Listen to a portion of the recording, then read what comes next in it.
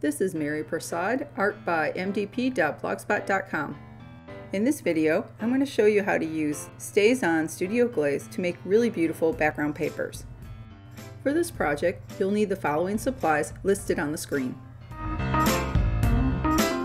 When using regular cardstock, I prefer to coat it with some gesso to give it some tooth. I'll show you how it looks without the gesso in a few seconds. Be sure to go in both directions to give it an even coating. So here's the result of the Studio Glaze on regular cardstock.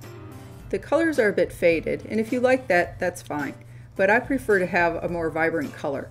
I did try to layer it up in the center there, but still I didn't like the color as much as I did with the gessoed cardstock.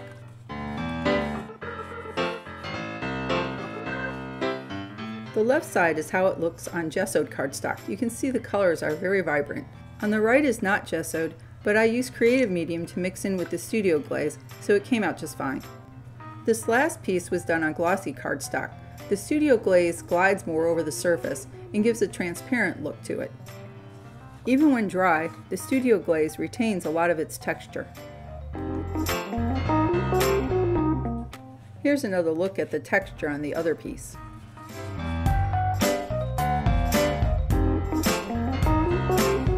To create the dots, I use the Stencil. I'll show you this a little later in the video. Here are some of the tools I used for creating these papers. A brush sticks with a chisel tip,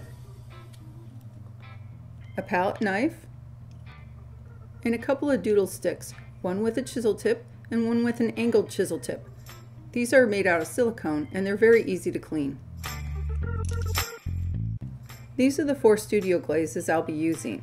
The specific colors are listed at the beginning of the video in the supplies. Be sure to give each bottle a shake before using it.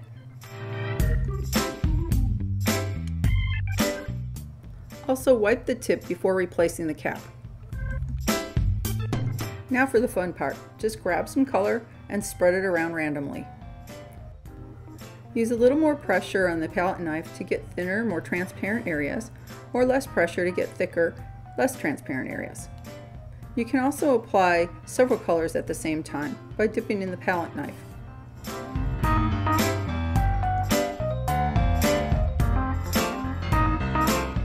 The brush sticks gives a slightly different look.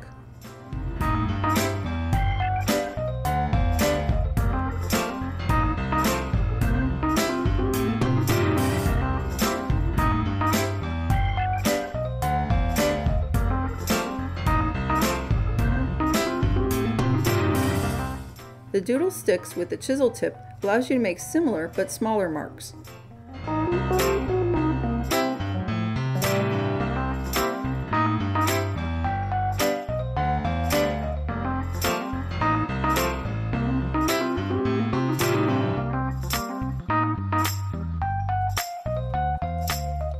The Doodle Sticks with the angled chisel tip allows you to make even smaller marks for detailed lines and also dots.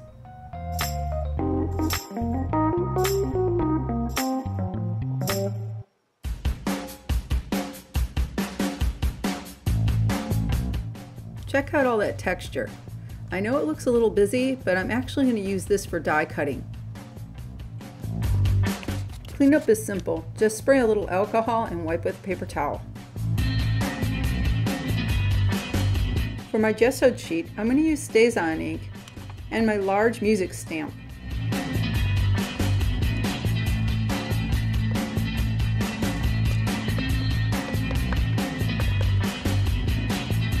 For large stamps, I prefer to lay the paper on top and then rub the back.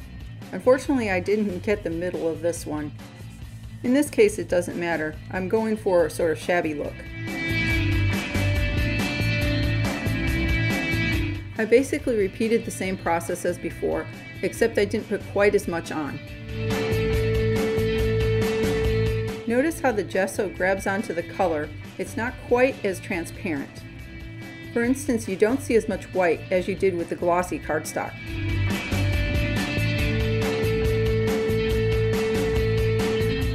For my last paper, I'm going to use VersaFine ink on regular cardstock and the same stamp. I also made sure to rub evenly along the back. This time I'm going to use Studio Glaze with Creative Medium through a stencil. I decided to use the shimmer version of the Creative Medium. You may have noticed those dots on top. These are my samples of what's inside. I create them using a circle punch. Sometimes I punch out both black and white cardstock so I can see how the product looks on each. You really don't need much of the Creative Medium. A little bit goes a long way. Add your Studio Glaze and then mix really well with a palette knife. If you think the paper or the stencil might move, you might want to tape both of them down. I'm just going to hold it firmly. Whenever you apply Creative Medium, make sure you go in both directions.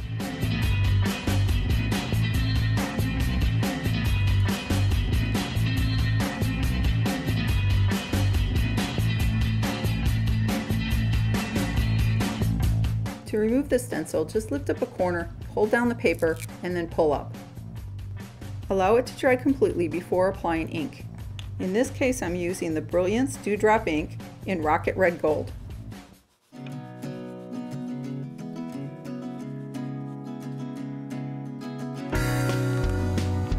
Before the ink dries, use a very slightly damp paper towel to wipe off some of the extra ink on the dots. I'll trim this down before using it on a card. Here's a look at the card I made with this paper.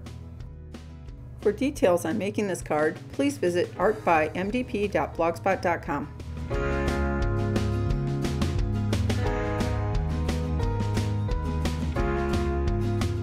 Here's a close-up of the other papers I made in the video. I love the variations in colors and textures that these Studio Glazes produce. Not only are these papers great for cards, but also for scrapbooks and other projects. You can use these same techniques in multimedia projects. And check out how great these look when die cut. For more information and ideas, please visit artbymdp.blogspot.com.